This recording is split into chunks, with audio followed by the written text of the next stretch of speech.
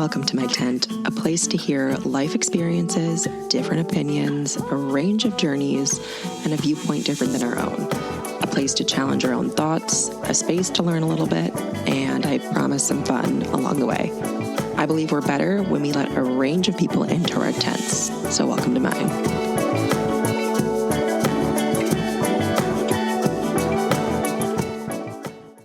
Hello, everyone.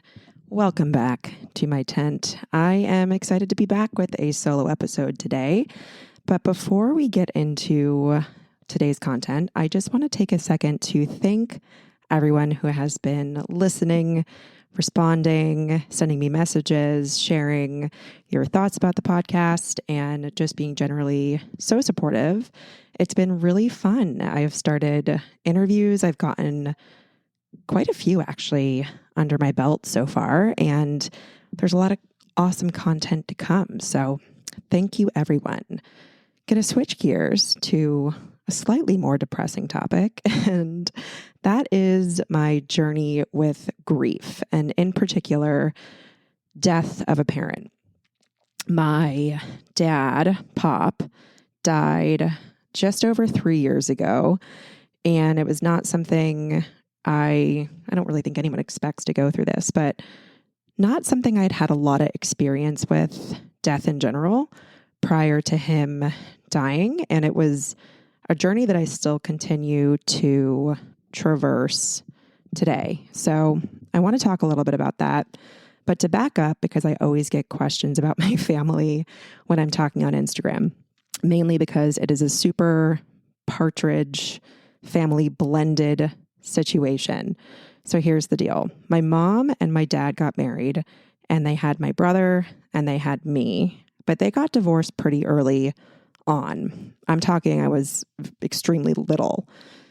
And my mom and dad actually have both agreed to come on this podcast and talk to everyone, but they did get divorced when I was really young. And my mom met my stepdad and got married to him all by the time that I was maybe 1.5. So I grew up with my mom, my stepdad, my brother, and my stepdad had 2 kids from a previous marriage that he brought into our life. We made a family of 6, 4 kids, 2 parents.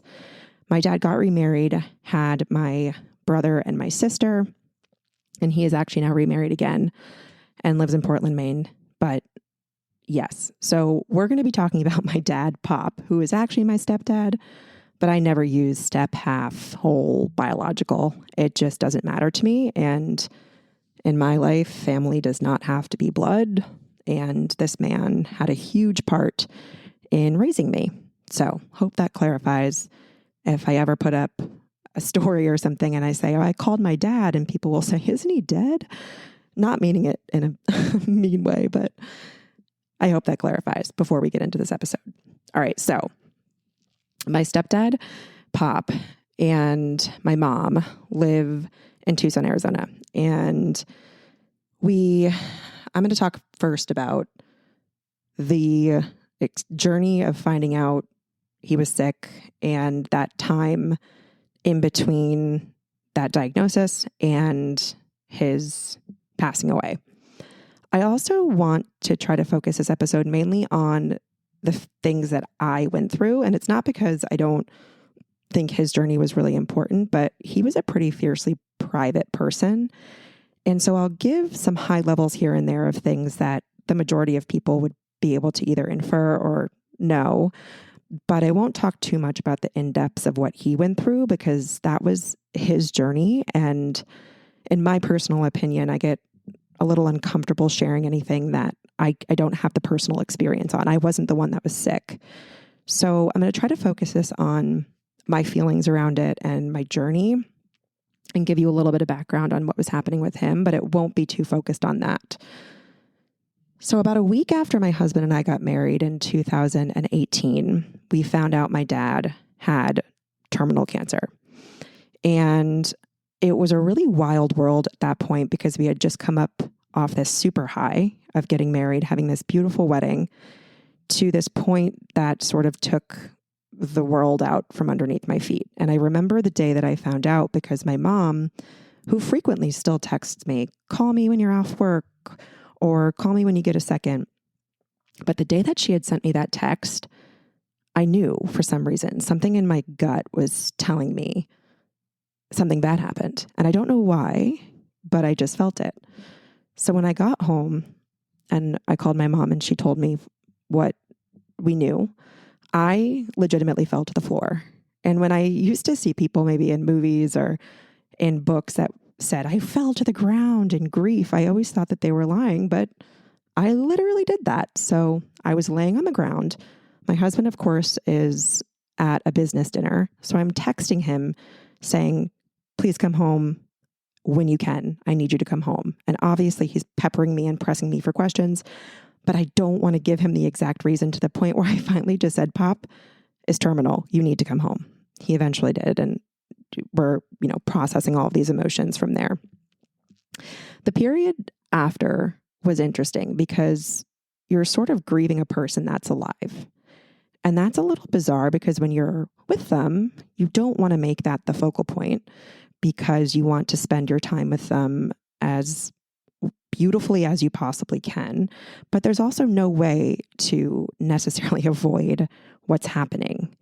And I was still living in Chicago at the time and felt really guilty for not being able to be closer or be there and worried that I was living so far away from him.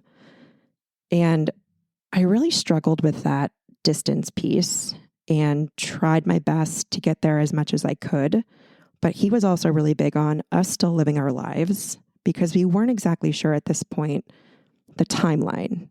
They give you some general time frames with cancer, but we just didn't know. And that living in the unknown was also very uncomfortable because every time that I would see him, I would have to wonder, is this the last time I'm ever going to see you? He did a really good job, in my opinion, of living his last months to the absolute fullest. We did things like went to Napa as a family, and he called me one day and asked if I wanted to come to Las Vegas to see Lady Gaga in concert, and we did. And that, I think, helped us cope a little bit because we were doing things that were bringing us joy. And it's not to say that we didn't know the realities of the situation, but we were really trying to live our lives with happy memories at the end. He was sick for about a year. And in retrospect, I have these moments that actually stick out to me as being kind of funny now, which is maybe a little weird for people to understand.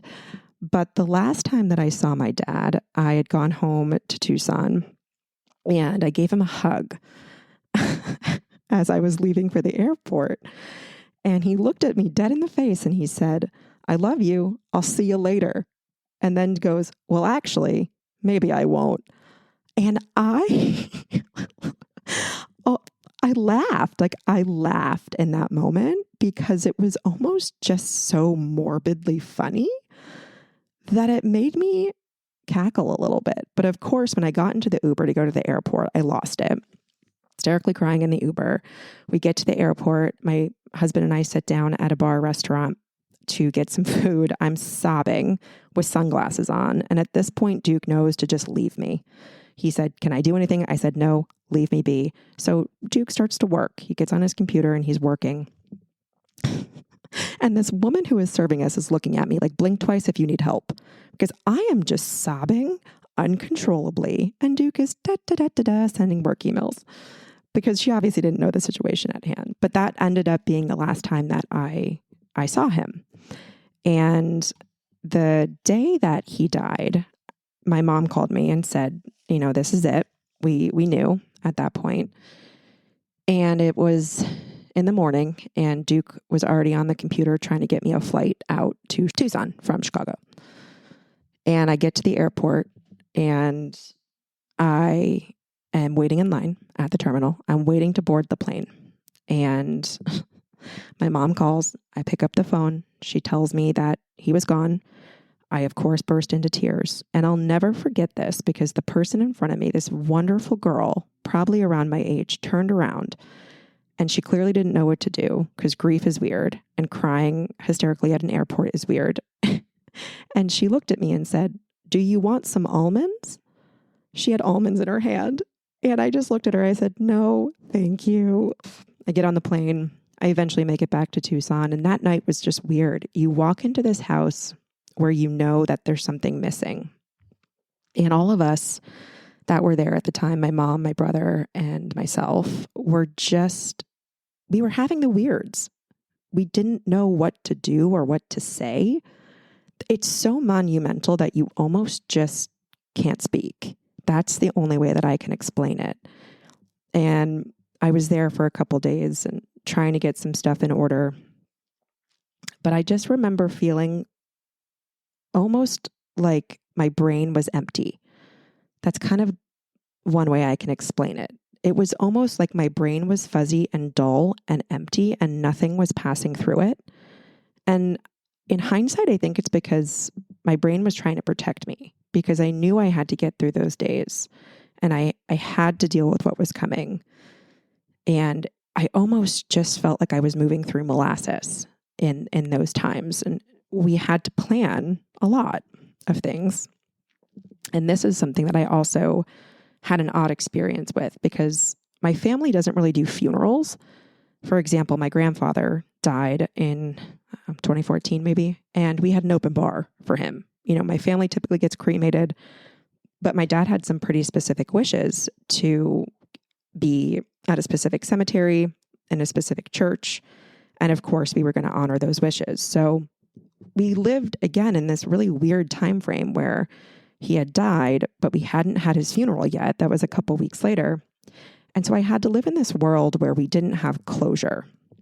And what ended up happening was I put off grieving because I had to. And again, my brain was protecting me in those moments. It was keeping me afloat. I was treading water to get to the point of the funeral. And I almost got used to it, if that makes sense. And I put off grieving. I delayed it and I almost was able to ignore it. The day of the funeral, I don't really remember this day, to be quite honest. And I think that's because I couldn't process.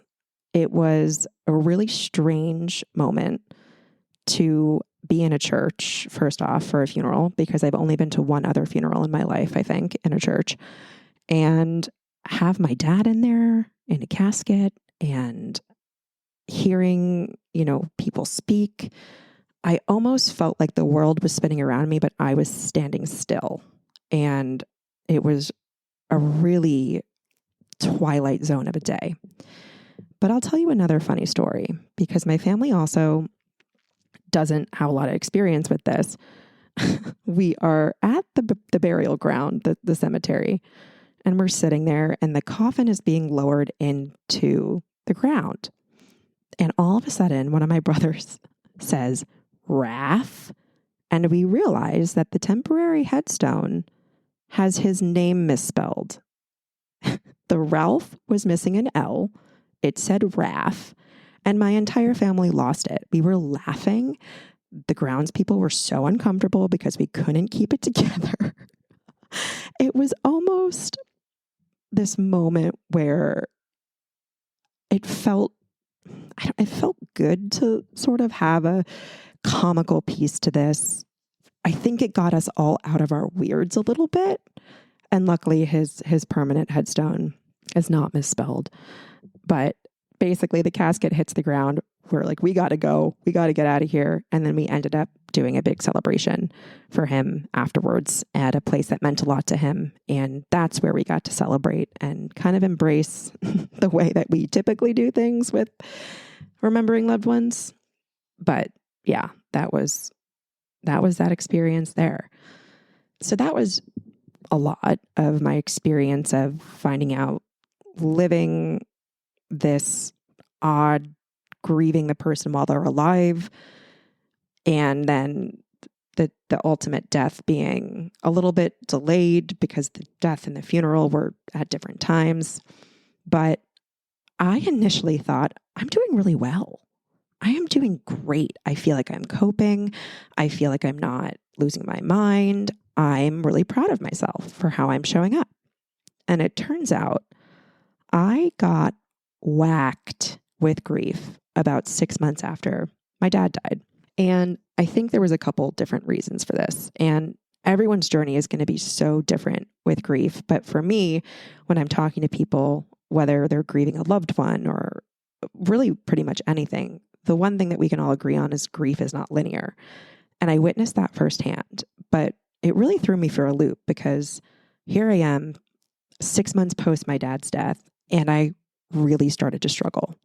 We were also right in the beginning of COVID lockdowns, and I hadn't seen my mom in quite some time because COVID was shutting the world down. And I think that isolation piece didn't help, but I also feel like my body finally said, it's okay to process this. Enough time has passed. It's okay to process this. And one of the biggest things I remember when I found out that my dad was sick, I remember feeling really stupid because I realized that people die. And I know this, obviously. I know no one lives forever. But I also very distinctly remember thinking, wait, my parents are going to die? What? And for some reason, when grandparents die, it felt normal because it's your grandparents. They're your parents' parents. That makes sense. But those feelings kind of came back up about 6 months later, where I still just couldn't believe that he was gone. And I was not even really missing him. Of course, I was missing his physical presence and not being able to spend time with him. But I was more so missing the things that he wasn't going to be around for, and missing and grieving the things that I couldn't share with him or talk to him about or have him experience. And I struggled with that for a while and had to work through that with my therapist and explore why some of those feelings felt so delayed, and worked through it months after he was gone. And to me, that was really confusing and really tough. And I don't think that that's necessarily an uncommon experience, but it just was one that I wasn't expecting. I thought grief gets better over time. And to me, grief hasn't gotten better. It's just gotten really different. And there are things now that I miss from him. I miss the fact, and I'm grieving the fact that he won't know my son, Earthside. I do believe my dad is out there somewhere in the universe, but I really do grieve the fact that he will never hold my son or talk to him. I'm grieving the fact that I'm getting older and doing things in life that I wish I could get his advice on. He was such a brilliant man and he was so smart. And what's crazy to me is 3 years plus later, I still find myself some days reaching for my phone to text him or to call him. And I remember, oh, I can't do that. And sometimes, even today, I'll be in a grocery store, I'll be in a Trader Joe's, and a Frank Sinatra song will come on, which was his favorite artist, and I will start bawling in the grocery store. And this is something that's come up for me in my grieving journey, where I can seemingly get through really hard things easily. So watching television shows or movies where a parent dies, but then I'll hear a Frank Sinatra song in the grocery store and lose my mind. And it doesn't really feel like it makes sense. And what I've had to come to realize is that it's okay that it doesn't make sense. And I almost can't control my grieving process. I have to let it happen as it will. And if I'm trying to push these down and not feel these feelings, what's going to happen is like what happened to me right after his death, which is I delayed this grieving and then it came out, because it always will come out at the end. I still believe my dad is here in many ways. I am a big believer, call me witchy, but I do believe he has come to me numerous times in my life since his passing. And the one that stands out to me the absolute most was I was still living in Chicago and I was on a walk one day. And I typically would talk to him in my head, not out loud, on these walks. And one day I was really struggling with something and I was having my little quiet conversation with him. And I said, Pop, I really would like to know that you're here. And I would really love to know that you're with me. And about a minute later, I looked down and on the sidewalk was a wrapper. And there was 3 initials on that wrapper, RMD, my dad's initials. And to me, there's just no denying that that was a clear sign that he was with me. And I do believe that. And I do believe he's out there and he's looking out for us. That's something that I've learned to embrace, because that is a way that we keep him alive. And my family is big on still trying to celebrate his life and his legacy. And that was something that I really had to find a balance on. Was, of course, it's okay to be sad and it's okay to have my moments where I miss him and I'm struggling, but life is for living. And I think he really did believe that. He believed that wholeheartedly. And I have to live my life for me because that's what he would have wanted. So there's a fine balance between embracing the hard moments and being happy about his memory. And that's what felt confusing to me at first, is why am I happy that he's gone? And it wasn't that I was happy that he was gone, but it's a way to keep those memories close and to keep those memories alive, if that makes sense. Some of you may have a very similar experience. And I've talked to a few friends where they had parents die suddenly. And that's a very different journey than what mine was, where we knew and we had the time to process. And I think it's just a very different type of grief. I think it's a very different situation. Okay, now we're going to kind of transition here. We're going to move speeds, where there were a couple of things that I did during his illness and after, that have helped me really process this and move through the seasons of mourning. When he was sick, I really relied on some close friends and some key people. And those were people that typically walked the path before me. I find that in life, some of the most empathetic, understanding people are the ones that have gone through the most. And while that is kind of unfortunate, it is true. And I really relied heavily on those people who would just let me talk and they would listen. I also tried to spend as much time with him as possible. But like I mentioned earlier in this episode, is trying to focus it around making key memories. And I think we did a good job of that. And now I hold so many of those memories extremely close. Other than that, there's a couple different ways that I felt really supported while I was grieving. And I think that this might be helpful for someone who is listening that maybe has someone they know that's going through this. And that was food.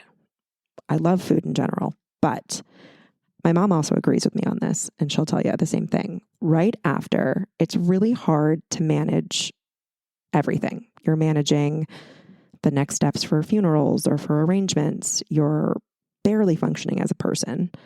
And there was a lot of people that sent us food, either dropped off something on our doorstep or sent Uber Eats or seamless gift cards or whatever, because the last thing on your mind is feeding yourself, but it's so important. And flowers are beautiful. Flowers are lovely. A lot of people do send flowers, but send food. I'm telling you, snacks, food, something you can freeze, make a big batch of and freeze, was a godsend during those times where it's just one less thing to worry about while you need to focus on some other stuff. So food is absolutely clutch. I also really appreciate when someone is asking me about him, and instead of just saying, I'm so sorry, which is wonderful and very, very appreciated and seen, asking about a memory that I love of his. And it's not to say these people are dismissing the fact that this is hard or that this sucks, but they're saying, I'm so sorry, and I would love to hear something that you loved about him. And this might not be for everyone. For me personally, it was something that I really enjoyed doing because it allowed me to share that piece of him with someone else. It allowed me to keep that spirit of his alive and share who he was and share why he meant so much to me. So grief and death can be a really uncomfortable topic. And a lot of people get weird when you bring it up. And some people don't know how to react or what to say. And that's okay. But I think it's perfectly acceptable to say, I would love to hear something you loved about them. Tell me a little bit about them.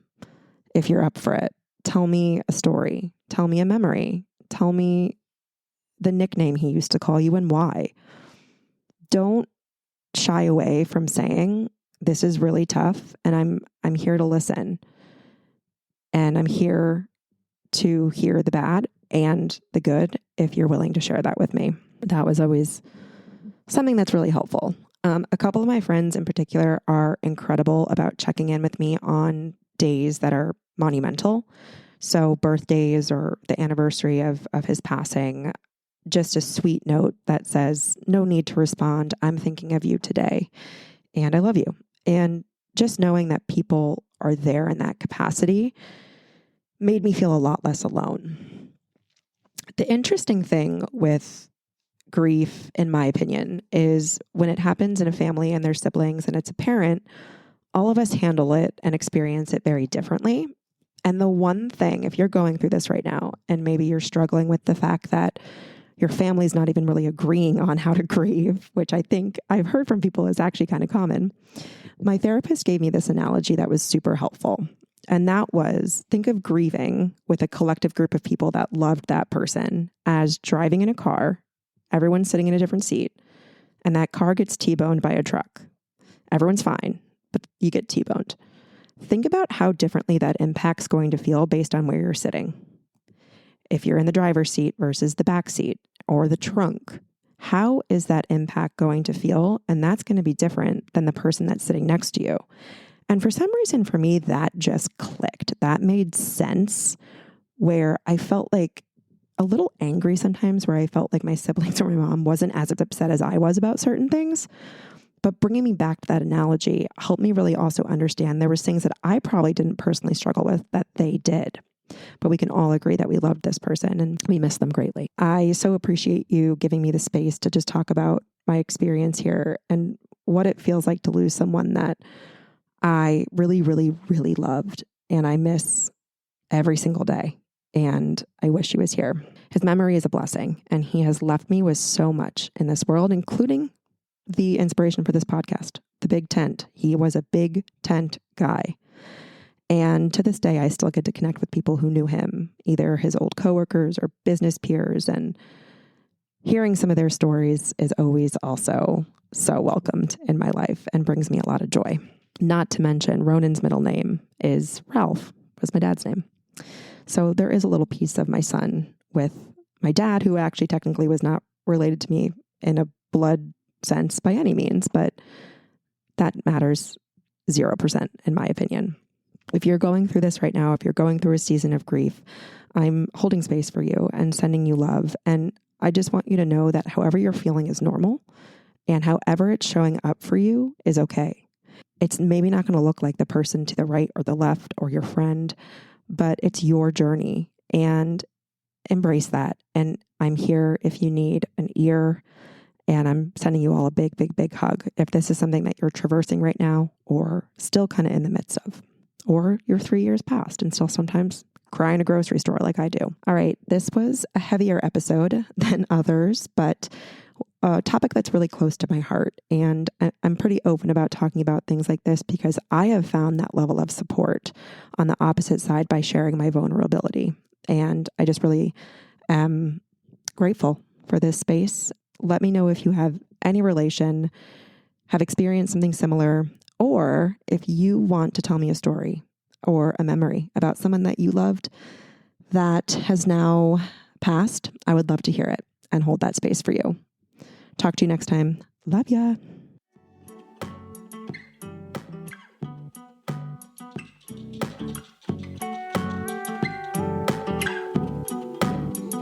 Thank you for tuning in to the Welcome to My Tent podcast. I hope you had as much fun listening as I do recording. I am so happy to have you here, and see you next episode.